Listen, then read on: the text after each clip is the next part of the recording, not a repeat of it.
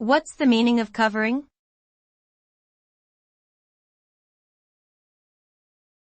Covering.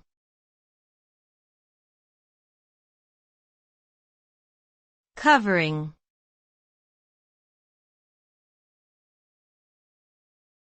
Covering.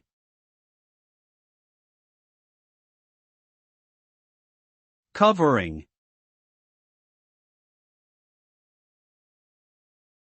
Covering refers to the process of placing something over another object or surface in order to conceal or protect it.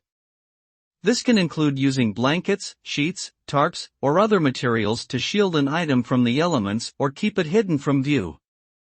The act of covering can also involve spreading a layer of material over a surface in order to change its appearance or texture.